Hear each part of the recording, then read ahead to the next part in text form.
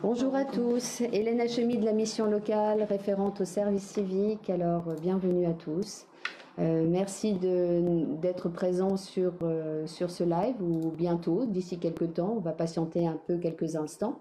Et je suis avec mademoiselle Batrou Sako, qui est elle-même en service civique auprès de la structure associative, le Théâtre des Marionnettes de Ronchin.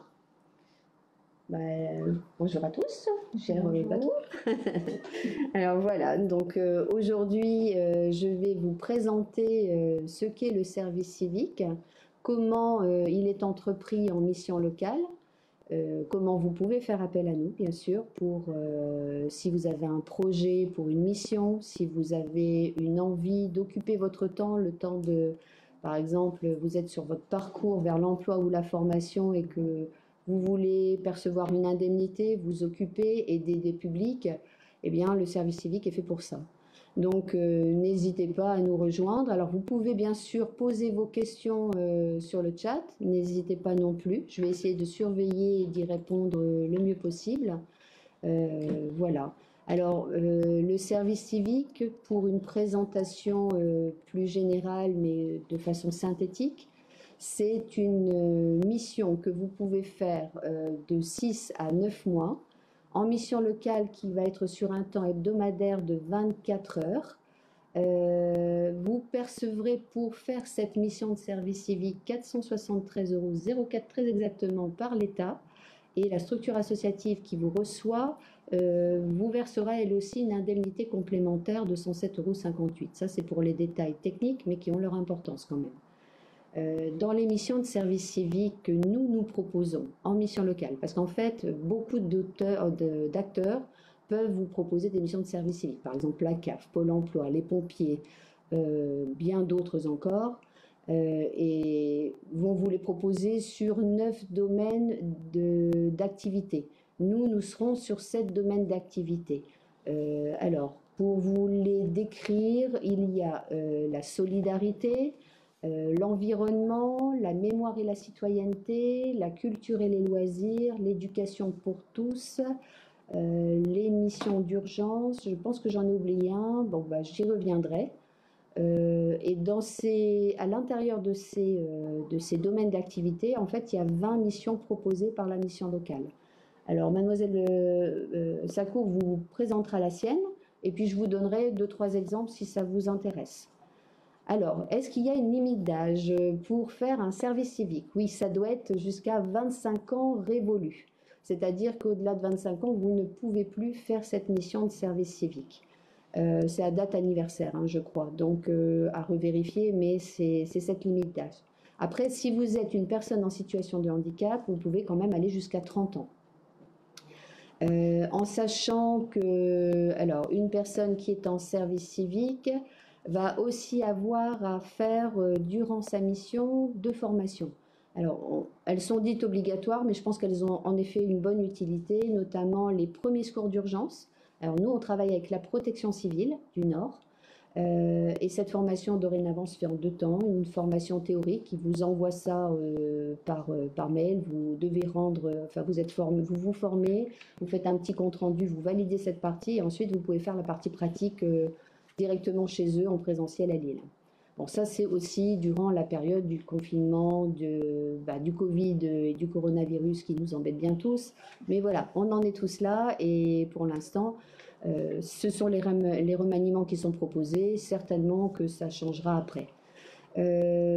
Alors, je vais suivre vos questions au fur et à mesure. En attendant, je vais peut-être demander à mademoiselle Sako de se présenter, de dire quelle mission elle fait actuellement. Voilà, allez-y. Bonjour à tous, je m'appelle Batrou Sako, j'ai 23 ans et je suis en service civique auprès du théâtre de marionnettes de Ronchin. Et ma mission cette année, c'est favoriser l'accès à la culture. Et la mission locale, je l'ai connue à travers une amie qui était en service civique également l'année dernière et qui me l'a recommandée parce que j'étais en droit. Et ayant une licence en droit, je me suis rendu compte que je ne voulais plus continuer et que je voulais continuer en communication Mais bon, avec la situation actuellement, avec le Covid ou la Covid, on ne sait plus quoi dire d'ailleurs. Du coup, je me suis dirigée vers le service civique pour ne pas perdre quand même une année, parce que c'était quand même difficile de trouver une entreprise, vu que je voulais faire ma formation en alternance. Et voilà mes raisons pourquoi je suis cette année en service civique avec la mission locale. Alors, je vais vous expliquer un petit peu comment ça s'est passé hein, pour Batrou. En fait, elle est bien sûr accompagnée par une de nos collègues, Elsa Louvel, qui fait le parcours, enfin le suivi du parcours, on va dire plus général. Et c'est elle qui m'a orientée, Mademoiselle Sacco, en disant que son objectif, c'était plutôt de travailler en communication. À l'époque, je n'avais pas forcément de mission à proposer. Et puis, j'ai pensé au théâtre, parce que je me suis dit que bah, déjà la personne qui s'en occupe est quelqu'un de bonne volonté et puis qui a envie d'aider les jeunes et donc qui est capable d'offrir des opportunités. Ensuite, au travers du théâtre, eh bien, forcément, elle a elle-même une communication à servir, donc ça pouvait être une introduction pour Batrou à la communication, et en sachant que les prestations qu'offre le théâtre, bah, c'est surtout, on va dire, d'aider des publics, alors fragiles ou moins, hein, ça dépend. Par exemple, Batrou me disait tout à l'heure qu'elle était hier à Tourcoing dans une école et que l'idée de la mission, c'est par exemple d'aider les enfants à écrire, à faire appel à leur créativité pour que la lecture ne devienne pas quelque chose de rébarbatif et qu'ils aient envie d'apprendre à écrire, etc. Donc, oui, je regarde en même temps les questions en parallèle. Donc, je vais y répondre aussi. Alors, pourquoi y a-t-il des particularités pour les allocataires du RSA et qui résident en QPV? Alors ça, c'est plus un problème, on va dire, lié aux politiques de la ville et aux politiques gouvernementales. Et puis, pour les allocataires du RSA, disons que si vous êtes bénéficiaire du RSA, vous aurez une majoration d'indemnité, c'est-à-dire que vous pouvez percevoir un peu plus que ce qui est prévu à la base. Donc vous aurez une indemnité supplémentaire de 106,68 €, quelque chose comme ça. Et donc on essaie de favoriser en fait en mission locale les publics aussi qui sont en grande difficulté. Donc bien sûr vous faites partie de ces publics-là et on essaie de vous aider davantage. Donc sachez-le. Après, il y a une autre, oui, la durée du service civique. Alors, comme je l'expliquais tout au départ, elle peut aller, la mission chez nous, en mission locale, de 6 à 9 mois. Par contre, dans d'autres structures, ça peut aller jusqu'à 12 mois. Comment faire pour effectuer un service civique? Faut-il être inscrit en mission locale? Alors, il ne faut pas obligatoirement être inscrit en mission locale. Moi, je travaille, bien sûr, comme tous mes collègues, sur notre territoire de 69 communes. Donc, par le biais de mes collègues, je repère des jeunes qui ont envie de faire du service civique, mais aussi par le biais du site du service civique sur lequel on inscrit nos missions. Je peux repérer des gens qui viennent aussi d'ailleurs et qui sont intéressés par nos missions. Alors, ils ont le droit de venir sur une mission de service civique que nous mettons en place, mais certes, nous essaierons de privilégier les jeunes de notre territoire pour les structures de notre territoire. Mais voilà. Alors, est-ce que le service civique est valorisant pour un CV? Oui, bien sûr, il est très valorisant. En fait, dès lors que, je pense que Batrou pourrait y répondre, dès lors que la mission est intéressante, que vous y apprenez des choses, que vous y gagnez en autonomie, en confiance en vous, et qu'ensuite vous pouvez la valoriser sur votre CV, l'employeur qui va vous recevoir, il sera bien sûr très réceptif. Qu'est-ce que vous en pensez, Batrou? Concernant la question sur la valorisation du service civique pour un CV, bien sûr que ça valorise un CV, d'autant plus qu'on a plus de connaissances et que c'est enrichissant un CV. Et n'oublions aussi pas que les entreprises, ils se fient aussi un peu sur le CV, le dynamisme et également le volontariat, je pense, dans tout ça. C'est un plus. Que vous ne soyez pas resté sans rien faire et que vous ayez eu envie d'aider d'autres personnes. Alors, autre question, est-il possible de Pascal, puis-je cumuler le service civique avec une formation? Oui, c'est possible. Alors après, il faut voir, ce qui va être important à vérifier, c'est qu'avec la structure, vous allez être sur un 24 heures hebdomadaire. Donc sur des temps de travail, on va dire, administratifs, réguliers, que peu de gens, vous ne serez pas en soirée, vous ne serez pas en week-end ou très rarement. Donc forcément, la formation, elle se fait aussi en journée et elle se fait aussi en semaine. Donc il faudra voir si c'est cumulable avec votre temps d'intervention et peut-être voir avec le tuteur s'il est possible justement de faire le lien avec le temps que vous avez et cette formation et ce qu'elle exige. Alors, autre question, niveau d'études, non, pas de compétences exigées pour faire un service civique. Vous arrivez de tout niveau, vous pouvez être qualifié et moins qualifié, mais on va privilégier quand même les jeunes qui ne sont pas forcément qualifiés et qui, au travers de cette expérience, vont gagner en qualification et en confiance en eux, comme je le disais. Alors, autre question, on bénéficie d'une définition de projet professionnel à l'issue ou pendant le service civique? Si oui, je peux faire un stage pour confirmer mon projet. Alors, je ne comprends pas trop la question.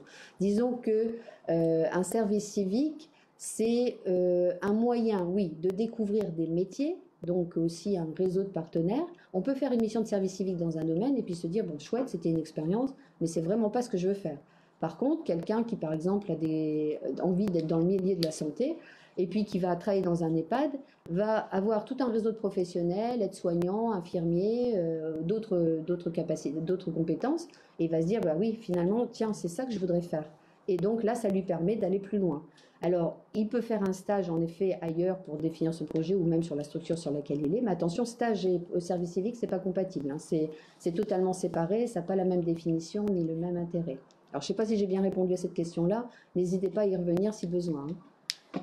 Alors, vous avez vu, hein, il y a un petit bandeau qui défile. Sachez que ce sont mes coordonnées et qu'il n'y a pas de souci pour que vous me preniez contact avec moi, bien évidemment. Hein.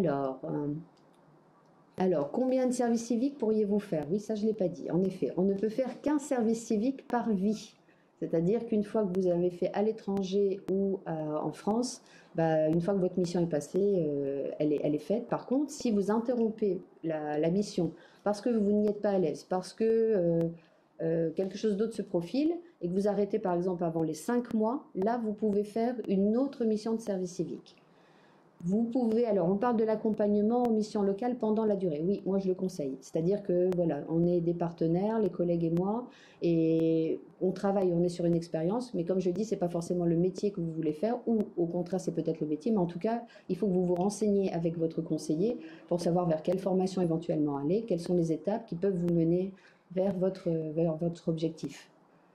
Alors, le rôle du tuteur, me demande-t-on aussi. Alors, en effet, quand vous êtes en service civique, vous avez un tuteur. Alors là, pour Batros, c'est Madame Delitte, voilà, qui est à la fois la présidente et du théâtre.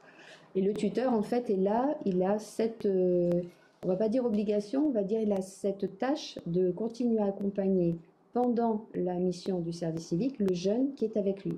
C'est-à-dire, je ne le lâche pas comme ça. Je l'accompagne sur ce que je dois lui montrer au niveau de ce que j'attends de lui dans la mission.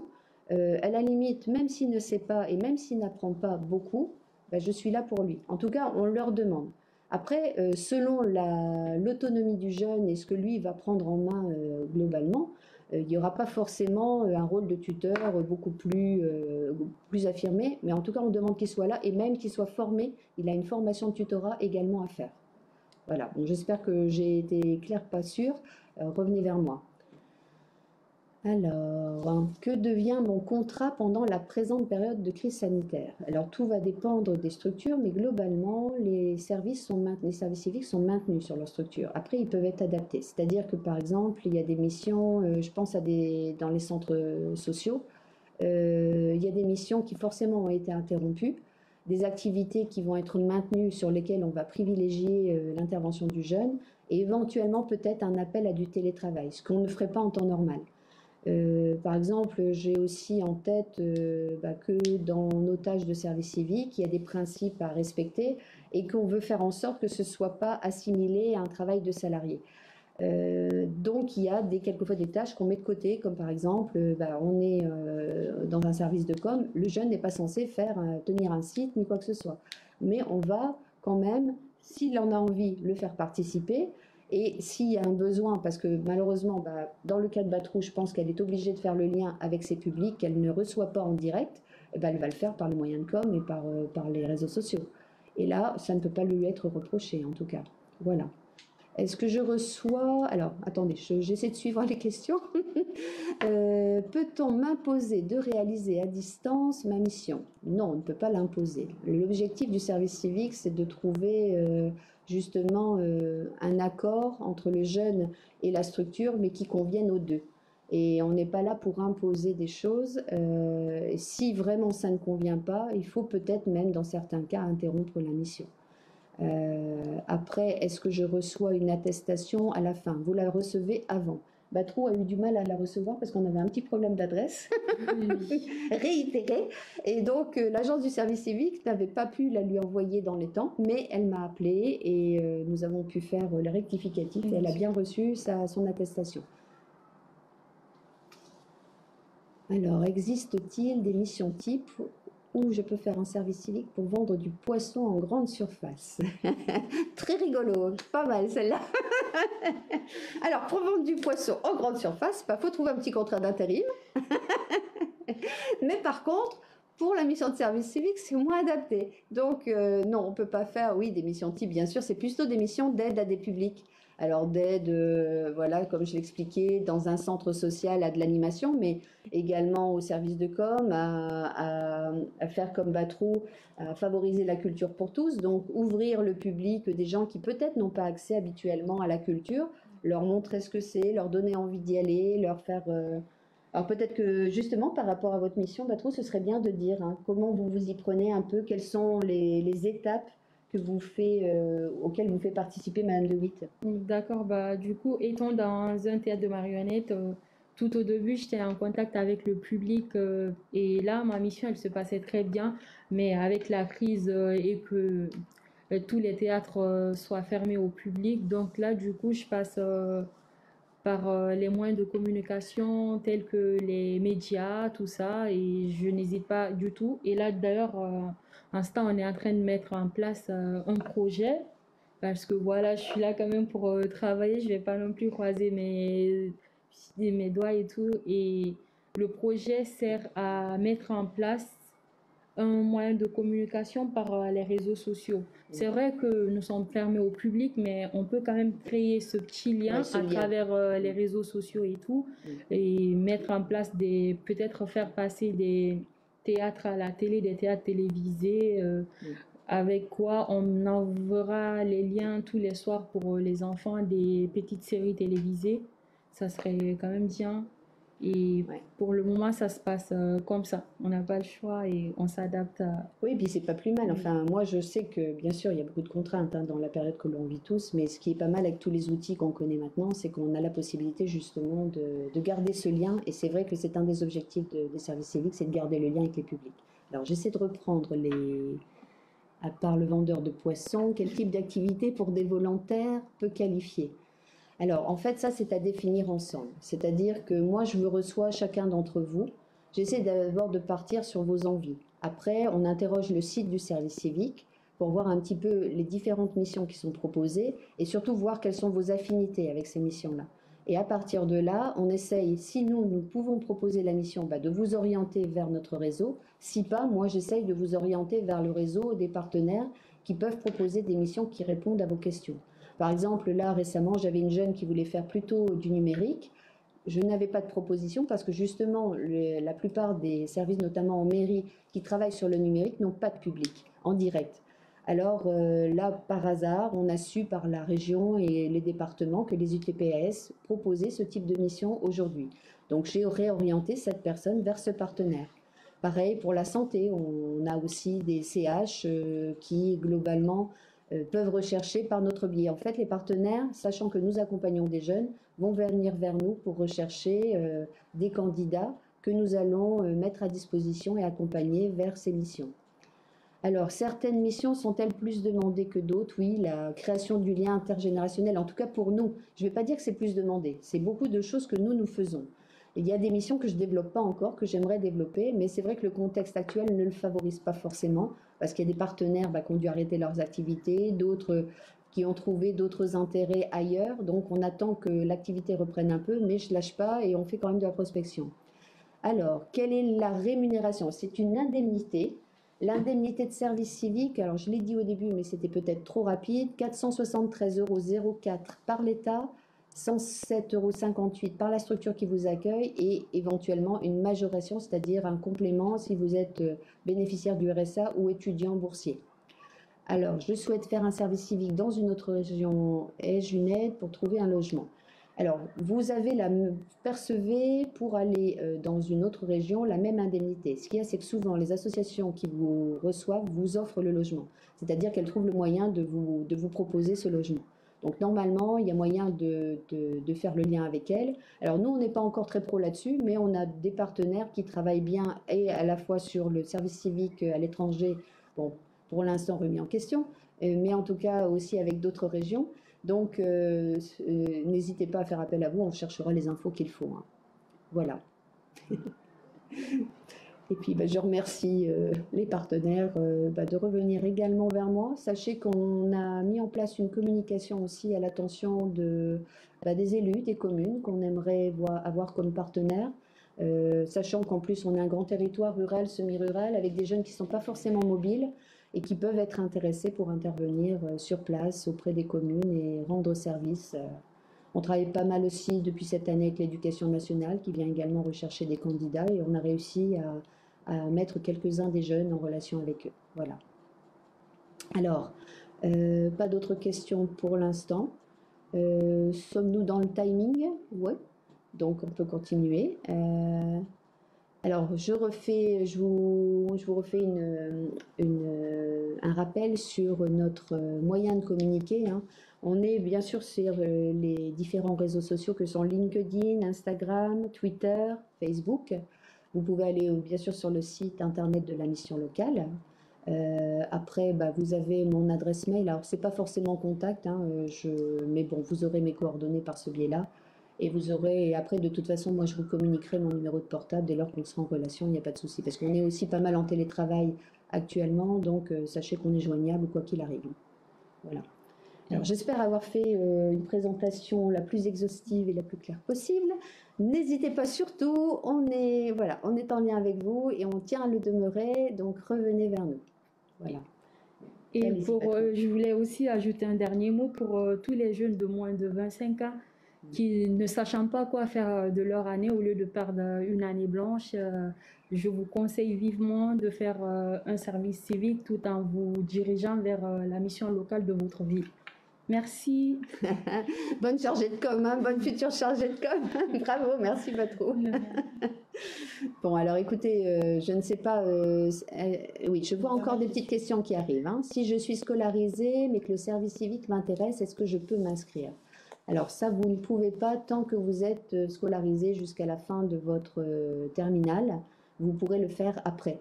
Après, moi, je ne vous conseille pas la déscolarisation, même si nous, en mission locale, bien sûr, nous accompagnons les 16-18 ans, nous accompagnons beaucoup de jeunes déscolarisés, mais ce n'est pas nous qui les invitons à le faire. Après, on travaille avec l'Éducation nationale, on essaie de trouver, au travers de la promo 16-18, des solutions pour ces jeunes, de façon à ce qu'ils ne perdent pas, alors ce n'est pas le temps que je dirais. Certains des jeunes sont souvent un peu, on va dire, démobilisés par l'école aujourd'hui, qui trouvent leur repère. Mais en tout cas, qui sachent que nous sommes là pour les accompagner et qu'il n'y a pas de souci. Donc, réfléchissez quand même avant de vous déscolariser, mais en sachant qu'après, si vraiment vous ne pouvez pas faire autrement, inscrivez-vous en mission locale et venez nous voir. Voilà. Nous sommes là pour ça. Hein. Surtout, alors, pas d'autres questions pour l'instant. Bon, écoutez, je pense qu'on arrive tout doucement à la fin du live. Alors, je vous souhaite à tous bonne continuation et puis surtout, n'hésitez pas à revenir vers nous. Et le lien, vous le voyez, il est bien là, en dessous de notre vidéo. À très bientôt. Au revoir à tous.